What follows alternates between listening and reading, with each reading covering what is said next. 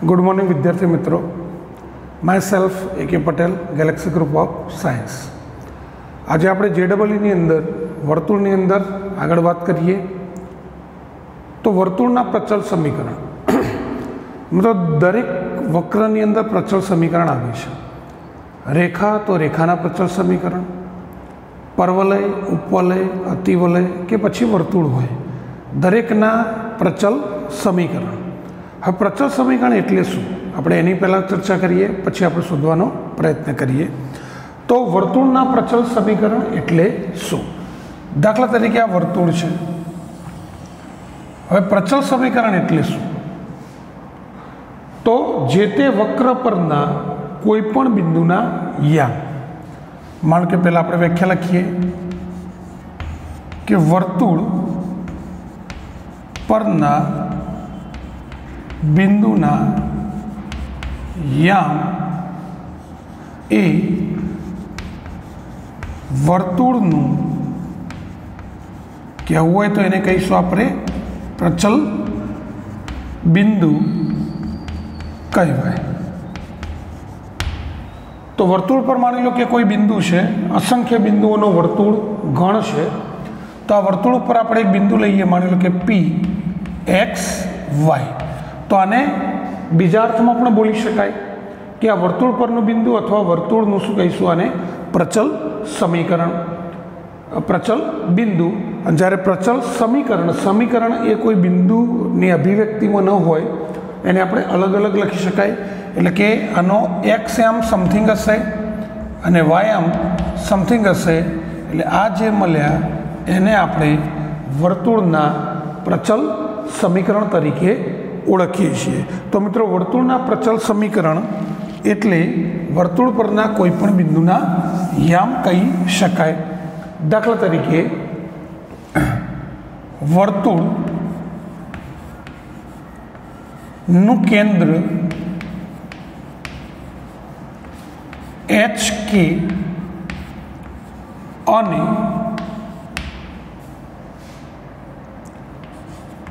त्रिज्या R है। तो HK केंद्र और R त्रिज्यावाळा वर्तुळनुं समीकरण आपणे भणी गया कि x माइनस केंद्रनो x आम एटले h नो square plus y minus k नो square is equal to r square. तो जो मित्रों आ वर्तुळनुं समीकरण है। હવે આપણે શું બોલ્યા કે વર્તુળના પ્રચલ સમીકરણ। તો વર્તુળના પ્રચલ સમીકરણ એટલે વર્તુળ પરના કોઈપણ બિંદુના યામ, માની લો કે XY છે। તો સમજો અહીંયા કે આ બિંદુ એ વર્તુળ પર છે, આ વર્તુળનું સમીકરણ માની લો કે આ રહ્યું છે। તો બિંદુ વર્તુળ ઉપર છે એટલે વર્તુળનું શું કરે? સમાધાન। તો x માઇનસ h અને y માઇનસ k ની એવી કિંમત લઈએ કે જેથી આનું શું થાય? સમાધાન થાય। તો મિત્રો આપણે કામ કરીએ। તો જો અહીંયા x minus h is equal two આપણે લઈશું r કોસ થીટા અને y minus k is equal two લઈશું આપણે r સાઇન થીટા। તો આ એક જ એવી કિંમત છે કે જે આ સમીકરણનું સમાધાન કરે છે। તમે ચેક કરો, x માઇનસ એચની જગ્યાએ આપણે મૂકીએ r માઇનસ કોસ, તો r માઇનસ કોસનો વર્ગ એટલે r square cos square theta plus y minus કેની જગ્યાએ મૂકીએ આપણે r સાઇન થીટા એટલે r square sine square theta. તો ડાબી બાજુ શું થયું? r square cos square theta plus r square sine square theta, જેમાંથી r સ્ક્વેર શું લઈશું? કોમન, એટલે કૌંસમાં વધ્યું cos square theta plus sine square theta is equal two 1। એટલે ડાબી સાઈડની અંદર r સ્ક્વેર, જમણી સાઈડની અંદર r સ્ક્વેર, એટલે ડાબા બરાબર જબા। એનો મતલબ આ કિંમત આનું શું કરે છે? સમાધાન। તો આની બે કિંમતો લઈ શકાય, પ્લસ ઓર માઇનસ, કારણ કે પ્લસનો સ્ક્વેર પણ પ્લસ થશે અને માઇનસનો સ્ક્વેર પણ પ્લસ થશે। તો વર્તુળના प्रचल समीकरण आ h ने पहली बाजू मोकलीए तो x is equal to H plus or minus R cos theta અને y is equal to minus K પેલી બાદ જાય એટલે plus or minus R sine theta. તો આને કહીશું આપણે વર્તુળના પ્રચલ સમીકરણ, જ્યાં થીટા બિલોંગ્સ ટુ -π ટુ π. આમ 0 થી +π એટલે પહેલું અને બીજું ચરણ, અને રિવર્સ આવે એટલે 0 થી -π એટલે કે ત્રીજું અને ચોથું ચરણ, એટલે 4 ચરણ ટૂંકમાં આવી જાય. હવે આ પ્રચલ સમીકરણ થયા. વર્તુળનું પ્રચલ બિંદુ. તો મિત્રો વર્તુળનું પ્રચલ બિંદુ એટલે એક્સ એમ અને વાય એમ બ્રેકેટની અંદર લખાય. તો H plus or minus R cos theta અને K plus or minus R sine theta. તો બ્રેકેટમાં લખીશું એટલે શું કહેવાય? એનું પ્રચલ બિંદુ. તો આપણને એમ કહ્યું હોય કે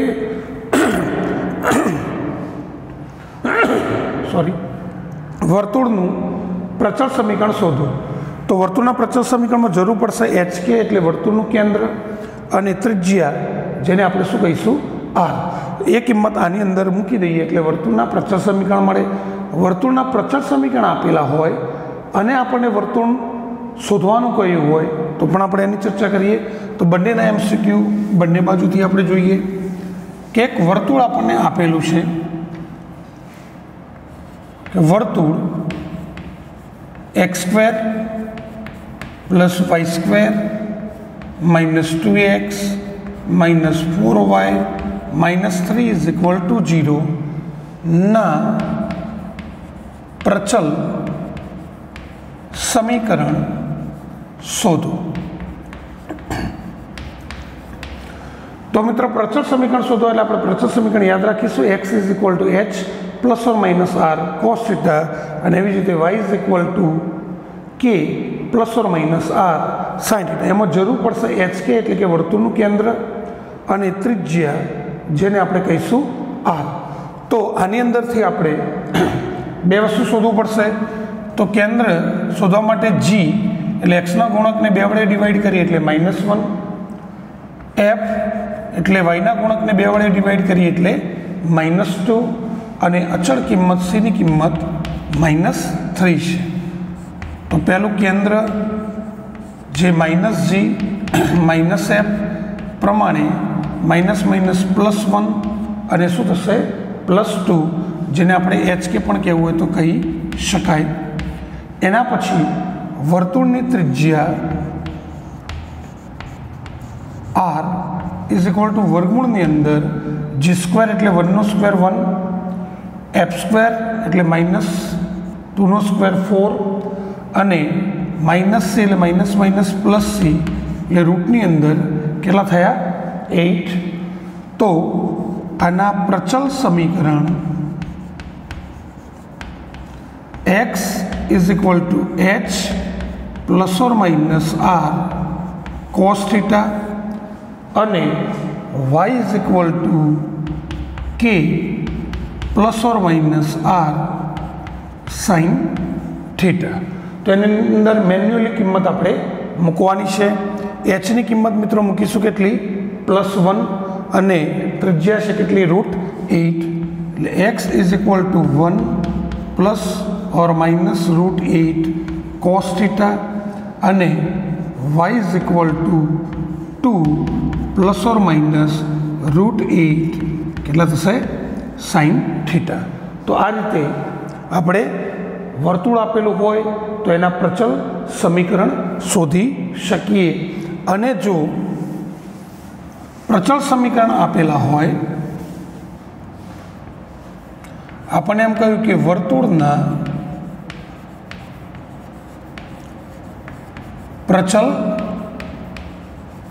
સમીકરણ x = 2 plus or minus 4 cos theta, y = 3 plus or minus 4 sine theta હોય તો વર્તુળનું સમીકરણ શોધો.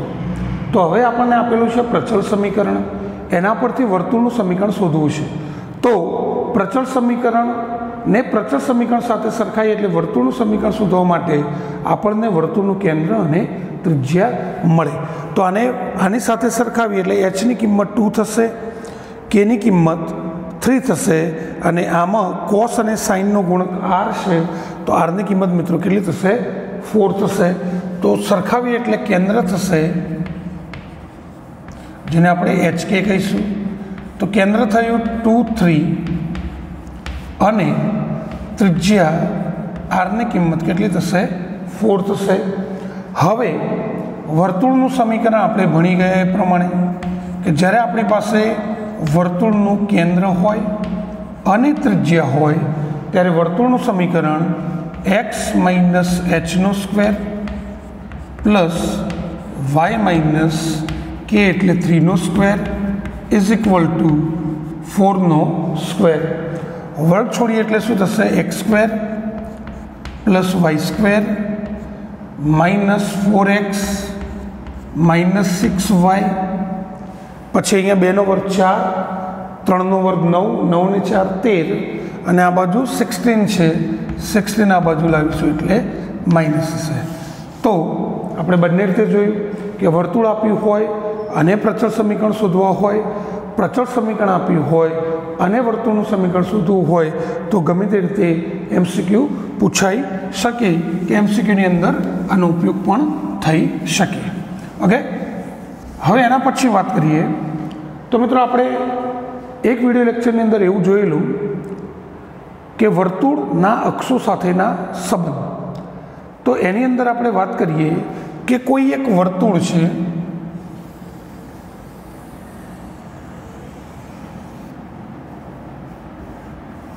કોઈ એક વર્તુળ છે, આ વર્તુળ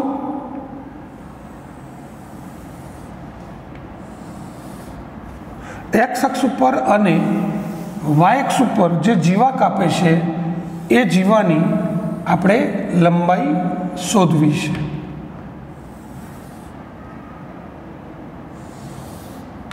તો જો સમજવાનો ટોપિક છે અને સારો ટોપિક છે. આ આપણું વર્તુળ એક્સ અક્ષ અને વાય અક્ષ. તો આપણે જોયું કે વર્તુળ એક્સ અક્ષને સ્પર્શે તો શું થાય, વર્તુળ વાય અક્ષને સ્પર્શે તો શું થાય, વર્તુળ બંને અક્ષોને સ્પર્શે તો શું થાય, વર્તુળ વાય અક્ષને ઉગમબિંદુ આગળ સ્પર્શે તો શું થાય, વર્તુળ એક્સ અક્ષને ઉગમબિંદુ આગળ સ્પર્શે તો શું થાય. હવે આપણે વાત કરીએ કે વર્તુળ એ બંને અક્ષ પર જીવા કાપે છે. માની લો કે આ જીવાને આપણે એ બી કહીએ અને આ જીવાને આપણે માની લો કે પી અને ક્યુ કહીએ, પી એન્ડ ક્યુ. તો વર્તુળના આ જીવાની લંબાઈ શોધવાનું કહ્યું હોય. તો મિત્રો સરળ ટોપિક નથી, બહુ સારો ટોપિક છે. તો આપણને વર્તુળની આ જીવાની લંબાઈ શોધવી હોય તો કઈ રીતે શોધી શકીએ, આપણે એની ચર્ચા કરીએ. તો સૌથી પહેલાં વર્તુળનું સમીકરણ ધારી લઈશું. ધારો કે વર્તુળનું સમીકરણ x square plus y square plus 2gx plus 2fy plus c is equal to 0 છે. હવે આ વર્તુળ એક્સ અક્ષ ઉપર જે જીવા કાપે છે એને એ બી કહીએ. વર્તુળ એક્સ અક્ષ અને વાય અક્ષ પર અનુક્રમે એ બી અને પીક્યુ જીવા કાપે છે.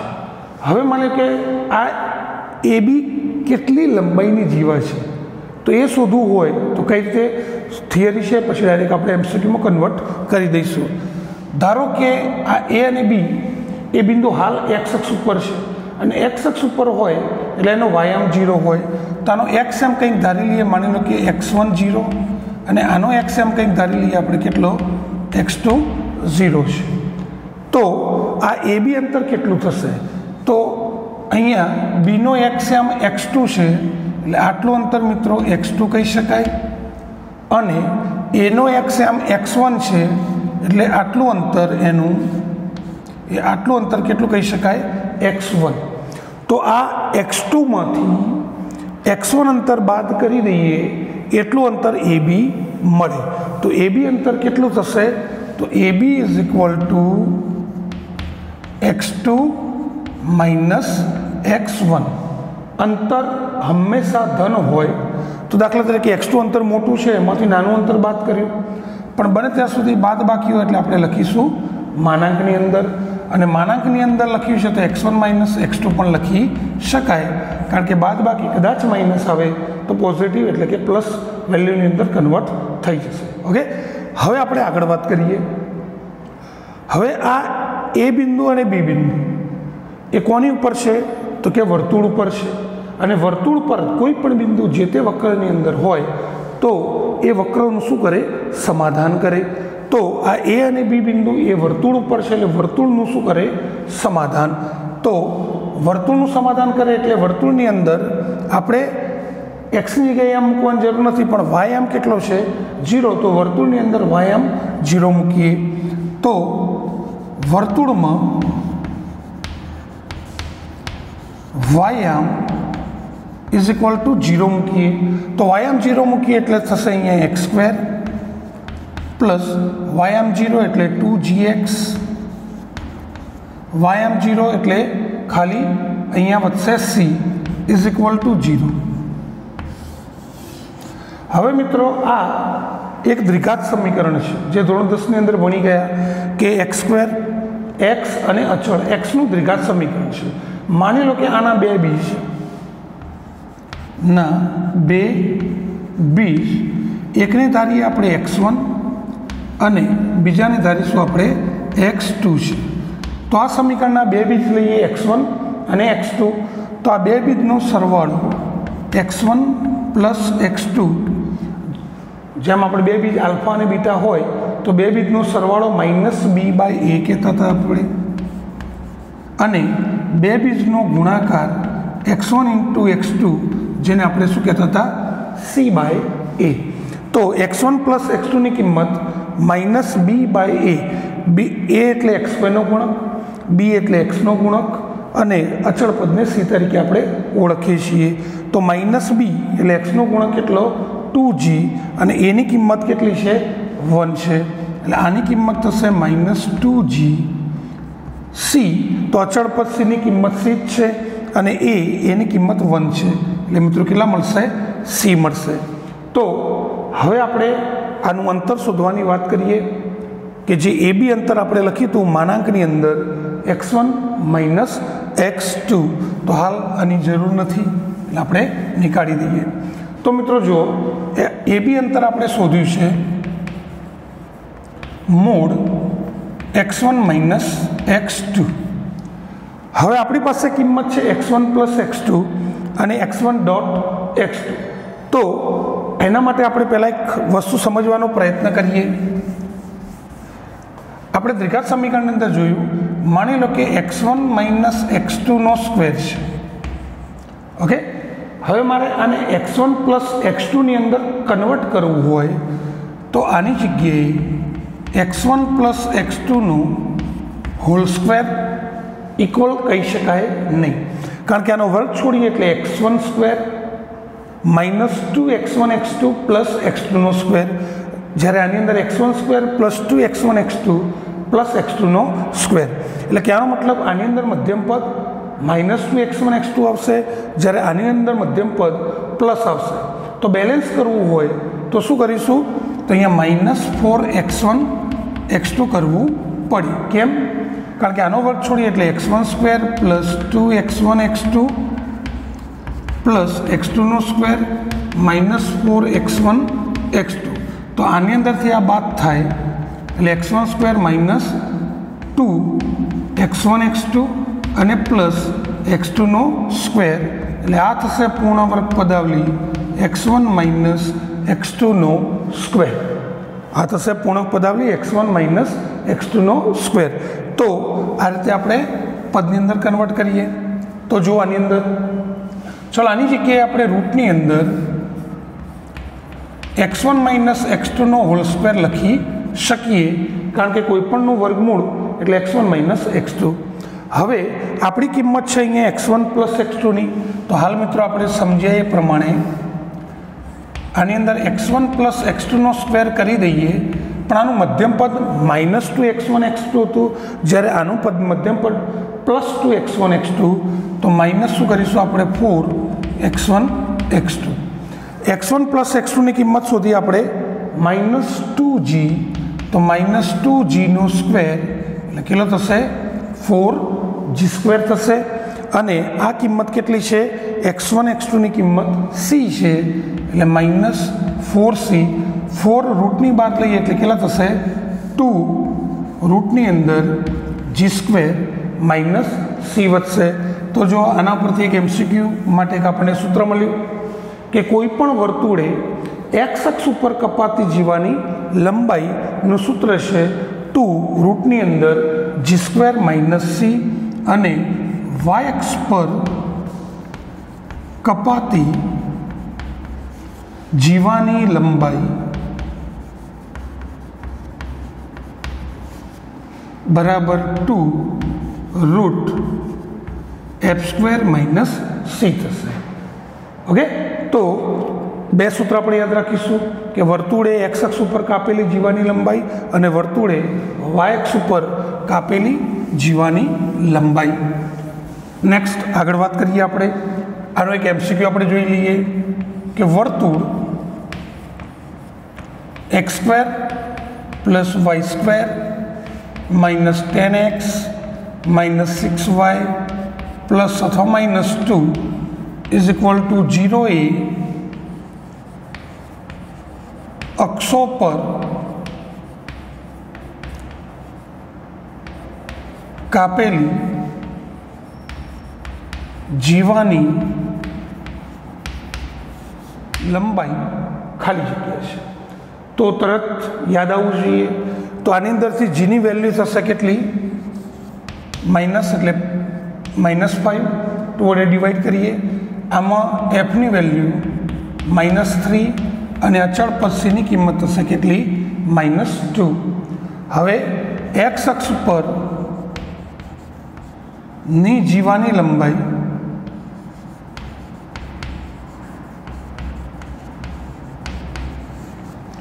= 2 રૂટની અંદર g² - c.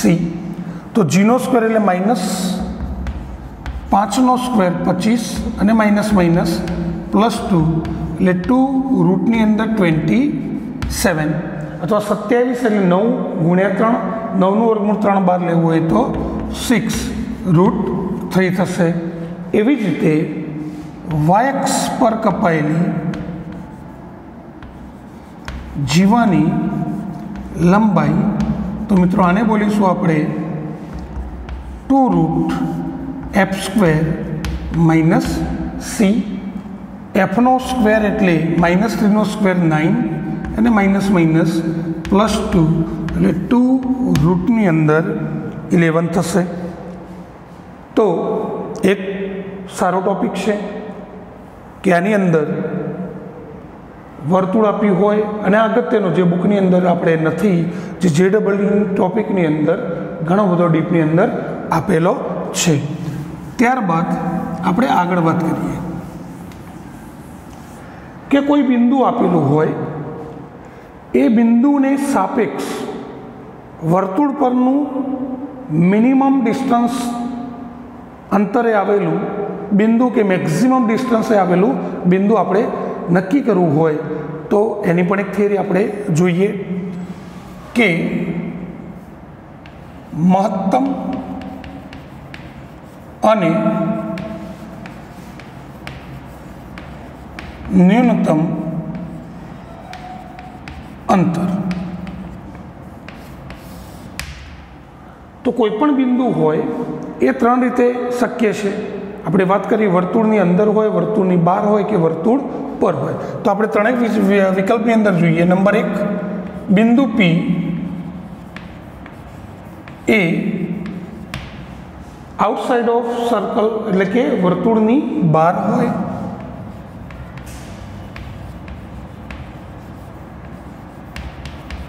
બહાર છે તો જો મિત્રો સમજવાનું છે ખાલી કે આ સર્કલ આપણું વર્તુળ છે।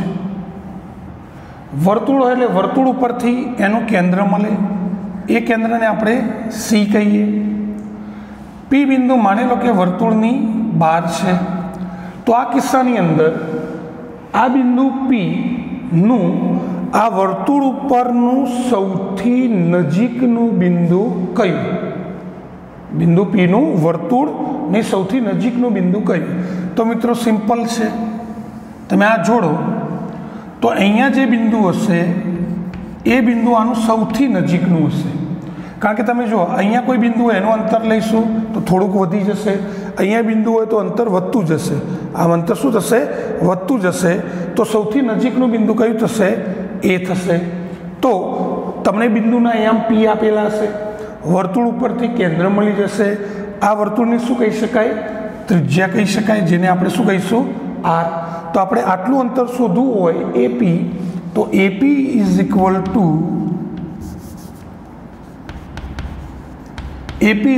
શું થશે કે બિંદુ પી આપેલું હોય અને કેન્દ્ર શોધ્યું તો આ બંને વચ્ચેનું ડિસ્ટન્સ શોધીએ, અંતર, જેને આપણે સી પી કહીશું, એમાંથી આપેલ વર્તુળની ત્રિજ્યા એ સી આપણે શું કરીશું?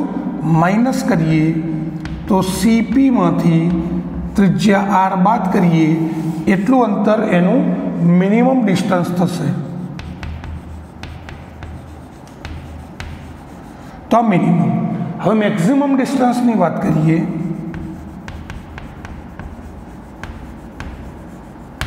તો મેક્સિમમ એટલે આ બિંદુ પી તો અહીંયા જ છે, તો વર્તુળ ઉપર અસંખ્ય બિંદુઓ છે, તો એમાંનું કયું બિંદુ લઈએ કે જેથી અંતર આ બિંદુથી વધારે અંતરે હોય?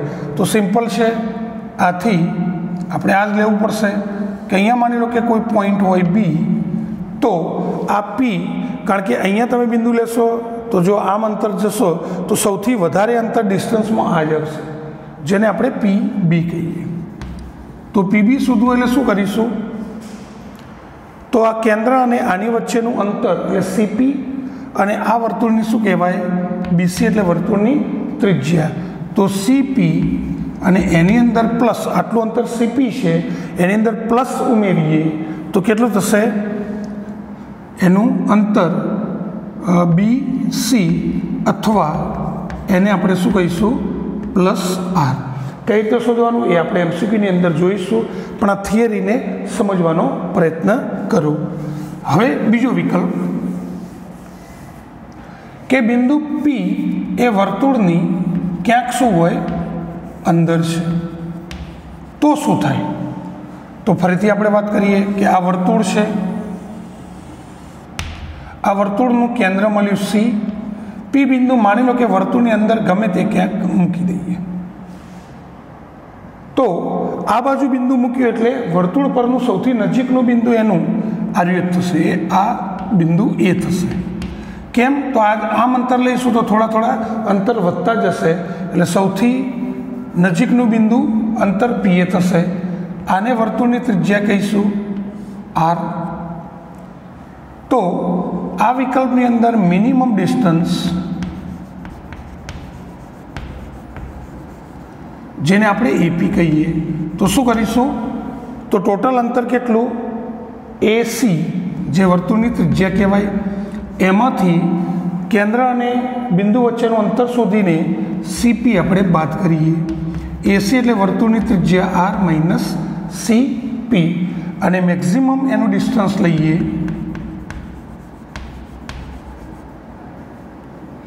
તો મેક્સિમમ ડિસ્ટન્સ એનું આર્ય થશે, જેને આપણે બી કહીએ। તો શું થશે? મેક્સિમમ ડિસ્ટન્સ કેટલું થાય? એ આ પીનું, તો આટલી વર્તુળની ત્રિજ્યા કહેવાય આર, એની અંદર સીપી શું કરીશું? પ્લસ।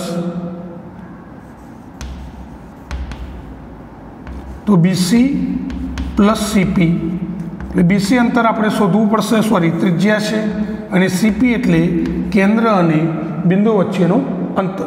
હાલ થિયરી લખજો, થિયરી આવડતી હશે તો જેડબલી ના MCQ આવડશે। એક થિયરી વ્યવસ્થિત કરો તો 1000 MCQ તમને આવડશે, બાકી 1000 MCQ ગણશો તો થિયરી આવડશે નહીં। JEE નો કોન્સેપ્ટ યાદ રાખજો। અને ત્રીજો વિકલ્પ એવો છે કે કોઈ બિંદુ એ વર્તુળ પર હોય, વર્તુળ પર હોય, માની લો કે અહીંયા વર્તુળનું કેન્દ્ર, વર્તુળ પર કોઈ બિંદુ હોય તો આ વર્તુળનું સૌથી નજીકનું બિંદુ આપણે નક્કી કરી શકીએ નહીં, પણ દૂરનું બિંદુ આપણે નક્કી કરી શકીએ કે સૌથી વધારે અંતર કેટલું બી છે। તો આ પણ વર્તુળની ત્રિજ્યા, આ પણ વર્તુળની ત્રિજ્યા, PB વર્તુળનો વ્યાસ થયો એટલે PB બરાબર 2r। તો આનું મિનિમમ અંતર કેટલું થશે? એનું 0 અને મેક્સિમમ એનું ડિસ્ટન્સ PB જે વર્તુળના વ્યાસ જેટલું એટલે કે 2r જેટલું થાય। તો મિત્રો થિયરીને ધ્યાનથી સમજજો, કારણ કે આ બધી એવી થિયરી છે કે કોઈ રેફરન્સ બુકની અંદર પણ આપણે જોવા નહીં મળે, અને પણ ગુજરાતીની અંદર। તો થિયરી ઘણી બધી બાકી છે, MCQની આપણે ચર્ચા સાથે સાથે દરેકના એક બે MCQ સમજાવું છું, પણ જ્યારે આપણે થિયરી કમ્પ્લીટ પૂરી થશે પછી ડીપની અંદર જુદા જુદા JEE લેવલના MCQની આપણે ચર્ચા કરવાની છે। તો હવે નવી થિયરી સાથે આવતા વિડીયો લેક્ચરની અંદર, આવતા સેશનની અંદર આપણે મળીએ।